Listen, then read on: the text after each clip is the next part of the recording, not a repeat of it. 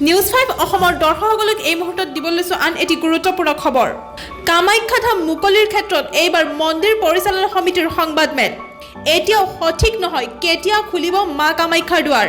আমি অতি সোনকালে এই ব্যৱস্থাৱলীত উল্লেখিত কামখিনি সম্পূৰ্ণ কৰি দেৱালয়ৰ দুৱাৰ দৰ্শনাৰ্থীসকলৰ বাবে খুলি দিব পাৰিম বুলি আশা ৰাখিছোঁ।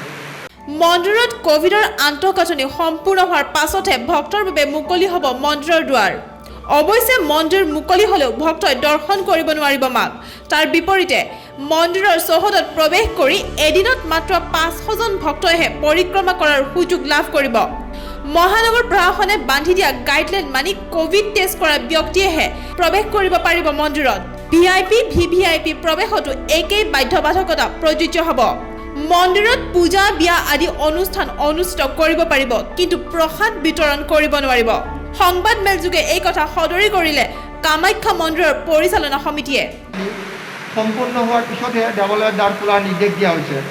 সেয়েহে আমি অতি সোনকালে এই ব্যৱস্থাৱলীত উল্লেখিত কামখিনি সম্পূৰ্ণ কৰি দেৱালয়ৰ দুৱাৰ দৰ্শনাৰ্থীসকলৰ বাবে খুলি দিব পাৰিম বুলি আশা ৰাখিছোঁ। এইখিনিয়ে আজি আমাৰ ক'বলগীয়া। বিবেচনা নাছিলে। আমাৰ প্ৰথম অৱস্থাত আমাৰ যি মন্দিৰৰ যিটো চৌহদ, মন্দিৰ চৌহদত দ্বাৰখন মুকলি কৰি দিয়াৰ কথা আছিল।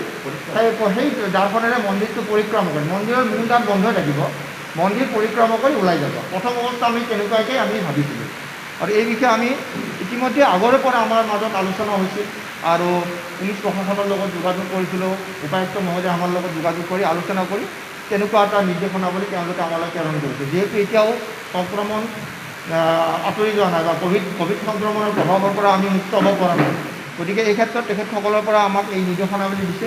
আৰু কিন্তু যদিও দিছে এইখিনি আমাৰ ফালৰ পৰা যিখিনি কৰণীয় আমি এইখিনি ইতিমধ্যে এইখিনি কাম কৰাৰ বাবে আগবাঢ়িছোঁ, আৰম্ভ কৰিছোঁ। আৰু যেতিয়া এইখিনি আমি সম্পূৰ্ণ কৰিব পাৰিম আমি আশা ৰাখিছোঁ দেৱালয়ৰ যি চৌহদৰ দ্বাৰ মুকলি কৰি দৰ্শনাৰ্থীসকলক মন্দিৰ পৰিক্ৰমা কৰাৰ কাৰণে এটা ব্যৱস্থা কৰি দিব পাৰিম। কিন্তু মোৰ প্ৰথম অৱস্থাত আমাৰ ফালৰ পৰা 500 মানুহৰ কাৰণে আমি 500 তীৰ্থযাত্ৰীৰ কাৰণে ব্যৱস্থা এটা কৰিম বুলি ভাবিছোঁ প্ৰথম অৱস্থাত। তাৰ ক্ৰমান্বয়ে এই ব্যৱস্থাটো নতুন ব্যৱস্থা, যিহেতু আমি কিছু ক্ষেত্ৰত প্ৰস্তুতি ল'ব লাগিব। আমাৰ ফালৰ পৰা যেতিয়া সম্পূৰ্ণ প্ৰস্তুতি হ'ব 500ৰ পৰা লাহে লাহে এইটো বাঢ়ি গৈ থাকিব, তেনেকুৱাকৈ আমি আশা ৰাখিছোঁ। এই অনলাইন ব্যৱস্থাটো আমাৰ কাৰণে এটা সম্পূৰ্ণ নতুন ধাৰণা। গতিকে এই বিষয়ে আমি আমাৰ যি পূজাৰী আছে, দেৱালয়ৰ পূজাৰী পাণ্ডা সেৱায়তসকলৰ লগত আলোচনা, লগতে আমাৰ যি IT বিশেষজ্ঞ আছে তেখেতসকলৰ লগতো বিতংভাৱে আলোচনা কৰি আমি এটা প্ৰয়োজনীয় সিদ্ধান্ত গ্ৰহণ কৰিম। এইটো আমাৰ কাৰণে সম্পূৰ্ণ নতুন এটা ধাৰণা। গতিকে এই বিষয়ে আমিও বিশেষ নাজানো। গতিকে পূজাৰীসকলৰ লগত আলোচনা মৰ্মে আৰু আমাৰ যিখিনি পাণ্ডাসকল আছে পাণ্ডাসকলৰ লগত আলোচনা কৰি ভৱিষ্যতে এটা সিদ্ধান্ত এটা গ্ৰহণ কৰিম। মূল মন্দিৰ এতিয়ালৈ খুলি দিব আমি পাৰিম বুলি ভবা নাই, যিহেতু কৰোণা সংক্ৰমণৰ প্ৰভাৱৰ পৰা আমি এতিয়া মুক্ত হোৱা নাই। গতিকে প্ৰথম অৱস্থাত আমি ভাবিছোঁ যে মন্দিৰৰ যি চৌহদৰ দ্বাৰ মুকলি কৰি দি মন্দিৰটো পৰিক্ৰমাৰ কাৰণে দৰ্শনাৰ্থী আহিব। এবাৰ মন্দিৰ পৰিক্ৰমা কৰি খুব কম সময়ৰ কাৰণে পৰিক্ৰমা কৰি আকৌ যাব। এই ব্যৱস্থাটো আৰম্ভ হোৱাৰ পিছত আমিও গম পাম যে কেনেকুৱা ধৰণৰ পৰিস্থিতি বা হ'ব পাৰে, পৰিস্থিতিৰ উদ্ভৱ হ'ব পাৰে। যিহেতু 6 মাহ ধৰি মন্দিৰ বন্ধ হৈছে, লাহে লাহে আকৌ নতুন ব্যৱস্থা যিটো মূল মন্দিৰ খোলাৰ কথা পিছলৈ ভাবিম, কিন্তু সদ্যহতে আমি অকল পৰিক্ৰমাৰ কথাহে চিন্তা কৰিছোঁ।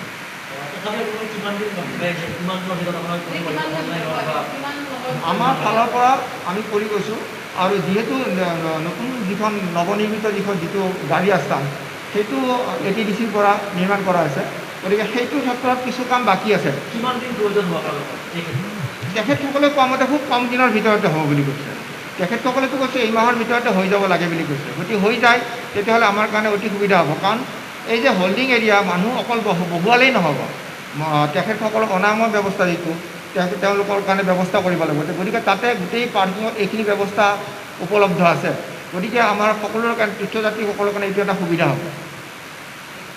লৈ পূজা কৰিবলৈ আহে তেওঁলোকৰ পূজাৰ ব্যৱস্থা থাকিব। পূজাখিনি